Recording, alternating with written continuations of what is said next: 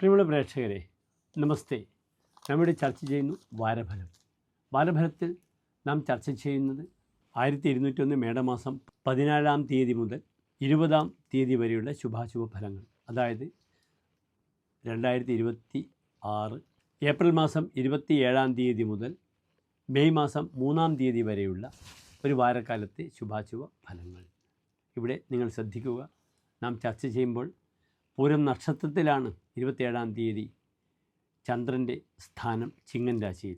മേടൻ രാശിയിൽ സൂര്യൻ നിൽക്കുന്നു, ഇടവത്തിൽ ശുക്രൻ, മിഥുനത്തിൽ വ്യാഴം, ചിങ്ങത്തിൽ ചന്ദ്രനോടുകൂടെ കേതു, കുംഭത്തിൽ രാഹു, മീനത്തിൽ ചൊവ്വ, ബുധൻ, ശനി.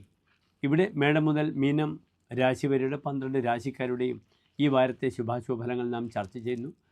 ഈ വാരത്തിൽ പ്രത്യേകിച്ച് ശുക്രന് സ്വന്തം ക്ഷേത്രത്തിലേക്കുള്ള ചാരപശാലുള്ള മാറ്റം സംഭവിച്ചു കഴിഞ്ഞു.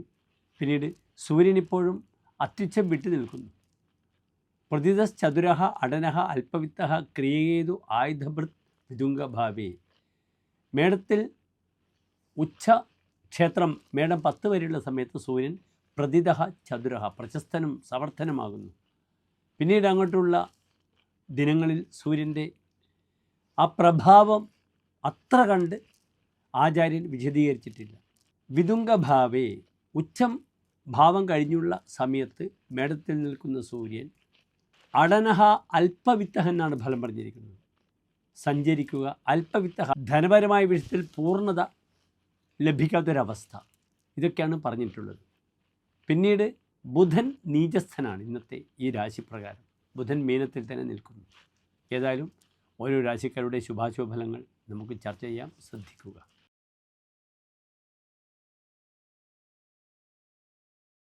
പുണർദം നക്ഷത്രത്തിൻ്റെ അവസാനത്തെ 15 നാഴിക പൂയം, ആയില്യം നക്ഷത്രങ്ങളിൽ നിന്ന് 2.25 നക്ഷത്ര സമൂഹം.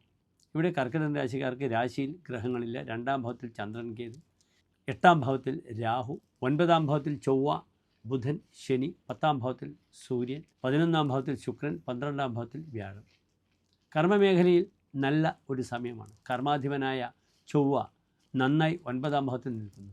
പലപ്പോഴും വാശി തനിക്ക് ബുദ്ധിമുട്ടാവുന്ന സമയമാണ്. 9-ൽ ചൊവ്വ വരുമ്പോൾ ധർമ്മേഘവാൻ, പാവരതി ഉണ്ടാവുക.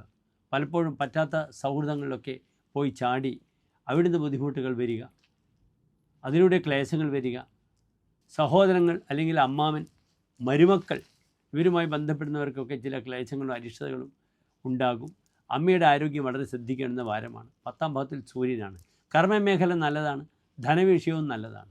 ഭൂമി ലാഭം, വീടുമായി ബന്ധപ്പെടുന്ന നിർമ്മാണ പ്രവർത്തനങ്ങൾ, പുതിയ ഭൂമി ലഭിക്കുക, അതുമായി ബന്ധപ്പെടുന്ന പ്രവർത്തനങ്ങൾ വ്യാപരിക്കുക, ഇതൊക്കെ നല്ലതാണ്.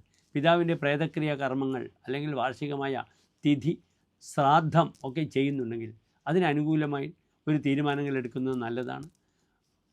ബലിയിടുന്ന അവസരങ്ങളിലൊക്കെ അത് മനസ്സിലാക്കി അതിനുവേണ്ടി മാനസികമായ തയ്യാറെടുപ്പുകൾ നടത്തുമ്പോൾ പൂർവികരുടെ അനുഗ്രഹം ലഭിക്കും. അപ്രകാരം തന്നെ ധർമ്മദൈവ സങ്കേതങ്ങളിലും പൂർവികമായ ക്ഷേത്രങ്ങളിലുമൊക്കെ സന്ദർശിക്കുന്നത് വളരെയധികം നല്ലതാണ്. അതിലൂടെ മാനസികമായ സ്വസ്ഥത ലഭിക്കും. പലപ്പോഴും രോഗികൾക്കൊക്കെ തന്നെ മോക്ഷം ലഭിക്കുവാൻ ഈ വാരം വളരെ അനുകൂലമാണെന്നറിയുക.